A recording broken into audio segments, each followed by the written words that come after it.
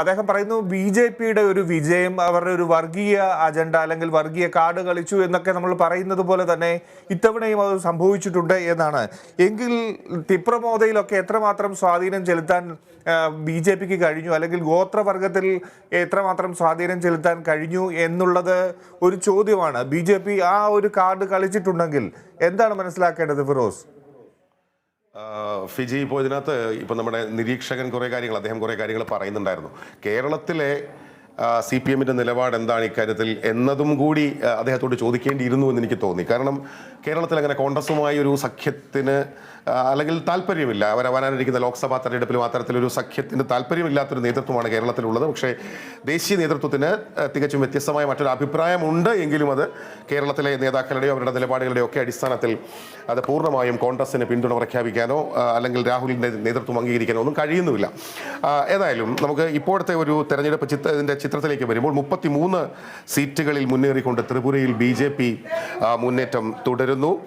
അതേസമയം നാഗാലാൻഡിൽ BJP ഉറപ്പിക്കുന്നു എന്ന് തന്നെ നമുക്ക് പറയാം. അതേസമയം മേഘാലയയിൽ അവിടെ 25-5 എന്ന നിലയിലാണ് ഇപ്പോൾ. അതായത് NPPക്ക് 25 സീറ്റും BJPക്ക് 5 സീറ്റും, രണ്ടുപേരും കൂടെ ചേരുമ്പോഴും 30 സീറ്റേ ആകുന്നുള്ളൂ. അതുകൊണ്ട് അവിടെ മറ്റ് ചില കച്ചവടങ്ങൾക്കുള്ള സാധ്യത BJP കാണേണ്ടി വരും, അല്ലെങ്കിൽ ആരായേണ്ടി വരും മേഘാലയയിൽ സർക്കാർ ഉണ്ടാക്കാൻ. അതാണ് ഇപ്പോൾ ഏറ്റവും ഒടുവിൽ നമുക്ക് ലഭിക്കുന്ന ചുരുക്കം ചിത്രം. യെസ് ഫിറോസ്, നമുക്ക് ത്രിപുരയിലെ അല്ലെങ്കിൽ നാഗാലാൻഡ് മേഘാലയയിലെ വിവരങ്ങൾ കൂടുതലായി അറിയേണ്ടതുണ്ട്. എങ്ങനെയാണ് ഇപ്പോഴത്തെ ലീഡ് നില എന്ന് പരിശോധിക്കേണ്ടതുണ്ട്.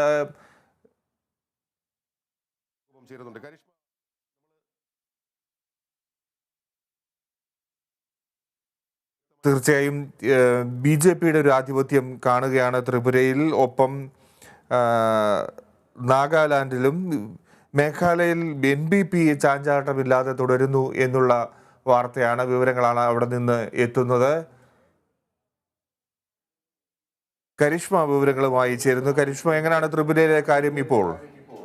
ത്രിപുരയിൽ ഏകദേശം BJP സ്ഥാനം ഉറപ്പിക്കുന്ന രീതിയിലാണ് ഇപ്പോഴത്തെ കണക്കുകൾ പുറത്തു വരുന്നത്. ഇപ്പോഴും 33-34 ആ റേഞ്ചിൽ തന്നെയാണ് BJPയുടെ സീറ്റ് നില ഉയർന്നുകൊണ്ടിരിക്കുന്നത്. ഇപ്പോൾ നമ്മൾ നോക്കുകയാണെങ്കിൽ CPM കോൺഗ്രസ് സഖ്യകക്ഷിയും അതുപോലെ തന്നെ തിപ്രമോത്ത പാർട്ടിയും ഒരുമിച്ച് ചേർന്നാലും BJPയുടെ അത്രയും സീറ്റ് നേടാൻ സാധിക്കില്ല എന്ന അത്തരത്തിലുള്ള കണക്കുകളാണ്. കാരണം ഏകദേശം ത്രിപുരയിലും BJP ആധിപത്യം ഉറപ്പിക്കുന്ന രീതിയിലുള്ള കണക്കുകളാണ് ഇപ്പോൾ വരുന്നത്. ഇപ്പോഴും BJP തന്നെയാണ് ലീഡ് ചെയ്ത് നിൽക്കുന്നത്. ഒരു ശക്തമായ ത്രികോണ മത്സരമാണ് ത്രിപുരയിൽ നടന്നത്. ഇപ്പോൾ അതിന്റെ ഏകദേശം അന്തിമഘട്ടത്തിൽ എത്തി നിൽക്കുമ്പോൾ BJP തന്നെ വിജയിക്കാനാണ് സാധ്യത. ഇപ്പോൾ തിപ്രമോദ പാർട്ടിയാണ് നമുക്ക് നേരത്തെ അവർ CPM കോൺഗ്രസിനോടൊപ്പം ചേർന്നാൽ ഒരുപക്ഷെ വിജയിക്കാനുള്ള സാധ്യത ഉണ്ടായിരുന്നു. പക്ഷേ ഇപ്പോൾ രണ്ട് സീറ്റുകൾ, അതായത് അവരോടൊപ്പം ചേർന്നാലും BJPയുടെ അത്രയും സീറ്റ് നിലനിർത്താൻ സാധിക്കില്ല എന്ന രീതിയിലാണ് ഏകദേശം ത്രിപുരയിൽ BJP വിജയം ഉറപ്പിച്ചിരിക്കുന്ന അവസ്ഥയിലാണ് ഇപ്പോൾ എത്തിയിരിക്കുന്നത്. അതേസമയം മേഘാലയയിലേക്ക് വരുമ്പോൾ മേഘാലയയിൽ BJPക്ക് സർക്കാർ ഉണ്ടാക്കാനുള്ള വെല്ലുവിളി, കാരണം BJPയും NPPയും കൂടെ ചേരുമ്പോഴും 30 സീറ്റുകളെ ആകുന്നുള്ളൂ. കേവല ഭൂരിപക്ഷത്തിന് 31 സീറ്റുകൾ വേണം എന്നതുകൊണ്ട് തന്നെ നമുക്ക് മേഘാലയയുടെ ഒരു രാഷ്ട്രീയ സാഹചര്യം പരിശോധിക്കുമ്പോൾ എന്താണ് കരിഷ്മയ്ക്ക് തോന്നുന്നത്? മേഘാലയ നമ്മൾ നോക്കുകയാണെങ്കിൽ ഇപ്പോൾ BJP 5 സീറ്റ്, NPPയാണ് ഏറ്റവും മുന്നിൽ നിൽക്കുന്നത്. 24 സീറ്റോട് കൂടി NPP മുന്നിൽ നിൽക്കുന്നുണ്ട്. മേഘാലയയിൽ മാത്രമാണ് അതായത് ബാക്കി 2 സംസ്ഥാനങ്ങളിലും BJP ശക്തമായ ആധിപത്യം ഉറപ്പിച്ചിരിക്കുകയാണ്. മേഘാലയയിൽ മാത്രമാണ് നമുക്കൊരു മാറ്റം കാണാൻ സാധിക്കുന്നത്. ഫിറോസ്. അതെ ഫിജി, ആ നിലയ്ക്കാണ് ഈ സംസ്ഥാനങ്ങളിലെ കണക്കുകൾ പോകുന്നത്.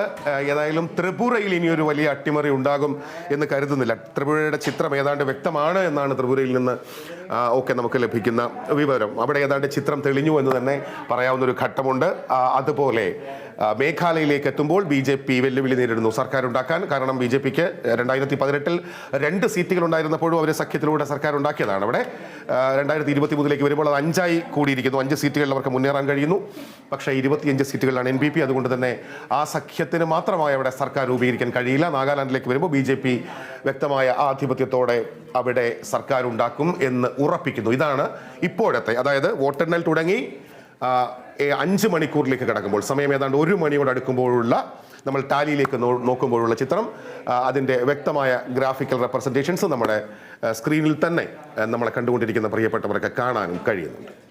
ഫിറോസ് നേരത്തെ സൂചിപ്പിച്ചത് വളരെ പ്രധാനപ്പെട്ട ഒരു കാര്യമാണ്. തീർച്ചയായും കോൺഗ്രസ് CPM കൂട്ടുകെട്ടിൻ്റെ ത്രിപുരയിലെ ഫലങ്ങൾ ഏതു നിലയ്ക്ക് നിൽക്കുന്നു എന്നുള്ളത് വളരെ പ്രധാനപ്പെട്ട ഒരു കാര്യമാണ്. അവർ ഉണ്ടായ തർക്കങ്ങളും സൗന്ദര്യ പിണക്കങ്ങളുമാണ് അവിടുത്തെ ചില പ്രശ്നങ്ങൾക്ക് കാരണം എന്ന് പ്രധാനമായും മനസ്സിലാക്കേണ്ടതുണ്ട്. അത് കേരളത്തിലേക്ക് വരുമ്പോൾ ഈ ഒരു തർക്കവും സൗന്ദര്യ പിണക്കങ്ങളും ഇവിടെ വലിയ ഗുസ്തിയിലാണ് കലാശിക്കുന്നത് എന്ന് വേണം മനസ്സിലാക്കാൻ. നേരത്തെ ഫിറോസ് സൂചിപ്പിച്ചതുപോലെ കേരളത്തിലേക്ക് വരുമ്പോൾ ഈ ഒരു ചർച്ചകൾ, ത്രിപുരയിൽ നിന്ന് തുടങ്ങുന്ന ഈ ഒരു ചർച്ചകൾ കേരളത്തിൽ എങ്ങനെയായിരിക്കും അവസാനിക്കുക ഫിറോസ്?